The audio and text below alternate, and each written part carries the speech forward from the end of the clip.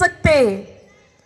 जवानी अंधी है, उनको आगे का रास्ता पता नहीं है, लेकिन शरीर में बल है। मार्गदर्शन की जरूरत है, क्योंकि हमारे समाज में हमारे बुजुर्ग लोग, हमारे बड़े लोग अपने अनुभव से युवाओं को प्रेरणा दे सकते हैं, उनको रास्ता दिखा सकते हैं। लेकिन अब बात आ जाती है, बच्चे आपकी बात सुनेंगे क्यों? युवा व्यक्ति बात तब सुनेगा जब उसके बचपन के संस्कार दृढ़ होंगे।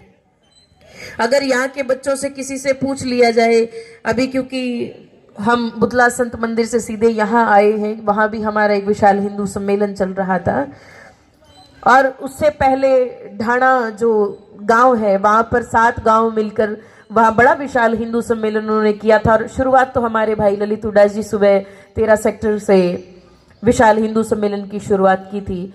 तो संघ तो निरंतर कार्य कर ही रहा है, लेकिन गड़बड़ ये आ रही है कि छोटा बच्चा अगर सही से समझ गया तो ही वो जवानी में जाकर आपकी बात सुनने वाला है, नहीं तो नहीं सुनेगा। आप अपने छोटे बच्चों को डांट कर देख लो, छोटा बच्चा पड़ोस वाले की बात सुनेगा, पड़ोस वाले अंकल आंटी कह देंगे ना, अरे बेटा तेरे मम्मी पापा तो बड़े बुरे हैं, हमारे यहाँ सब अच्छा है, हम तो अपने बच्चों को कुछ नहीं कहते।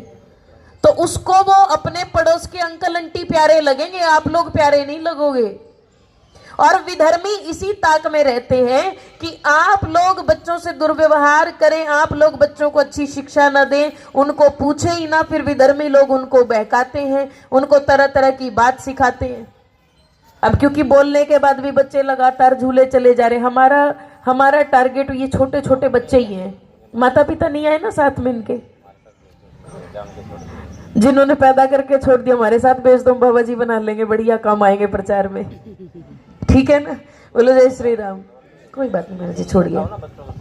अगर बैठ नहीं रहे तो क्योंकि देखो सबसे बड़ी गड़बड़, ये बहुत गंभीर विषय है, क्योंकि झुलाए जा रहे, अपने बच्चों को यूं छोड़ रखा है, बाकी कोई कुछ कहे। एक बार एक माता जी बच्चे को घर छोड़ गई तो 2 भिखारी आए मांगने के लिए, अभी एक वीडियो बड़ी वायरल हुई थी,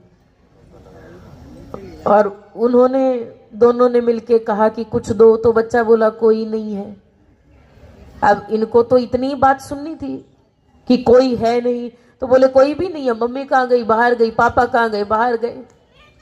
इन्होंने कहा बच्चे से लड्डू खाओगे, और तो बढ़िया बड़ा अच्छा सा कोई किसी बढ़िया दुकान का लड्डू निकाल के दिया।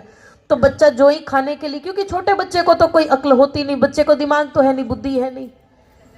और क्यों नहीं है? क्योंकि बुद्धि इसीलिए नहीं कि समझाई नहीं रही है, चाहे कुछ झूलते रहे, चाहे इधर उधर डोलते रहे, कुछ करते रहे, पैदा कर करके ऐसे ही छोड़ दिया इनको। सबसे बड़ी गड़बड़ ये बहुत सोचने की बात है, उसको देने लगे तो सामने का जो पड़ोस का हमारा ही कोई हिंदू भाई था, उसने देख लिया और उसने जाके रोका कि छोड़ो इसको, लड्डू फेंको इसको, कौन हो तुम लोग जो घर में घुसे हो? तो उन्होंने जोर से आवाज करके और लोगों को भी बुला लिया। जब आईडी चेक की गई तो वही टोपी वाले निकले। गड़बड़ तो यही चीज की चल रही है ना, कि आप लोग अपने बच्चों को समझाने को तैयार नहीं हो। खुद तो हिंदू सम्मेलन में बड़े ठाट से आके बैठे, लेकिन बच्चे चाहे इधर उधर घूमते रहे। आप लोगों की रिस्पॉन्सिबिलिटी है, ये लोग आप लोगों की जिम्मेदारी है, क्योंकि माता शत्रु पिता वैरी ये न बालो न पाठित, सभा मध्य न शोभन्ते हंस मध्य बको यथा।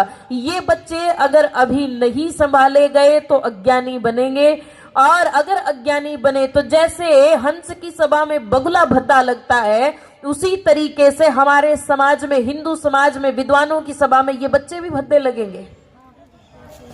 और जो माता पिता अपने बच्चे को संस्कार नहीं देते, ऐसे माता पिता शत्रु के समान है, वो माता पिता है ही नहीं। जो अपनी जिम्मेदारी को नहीं समझ सकते वो माता पिता नहीं है। भगवान श्री राम को क्या सिखाया गया? प्रातः काल उठ के रघुनाथा, माता पिता गुरु ना वही माथा।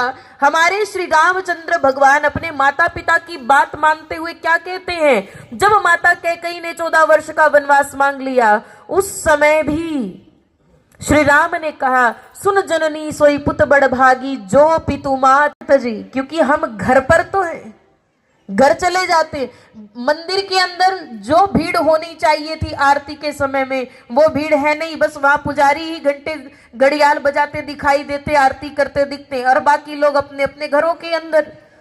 आप खुद अगर धर्म के ऊपर दृढ़ नहीं है तो ना ही तो बच्चे कुछ अच्छा सीखेंगे, ना ही बच्चे धर्म पर चलेंगे, और फिर बाद में बूढ़े माँ बाप को लात मार के निकालेंगे घर से बाहर।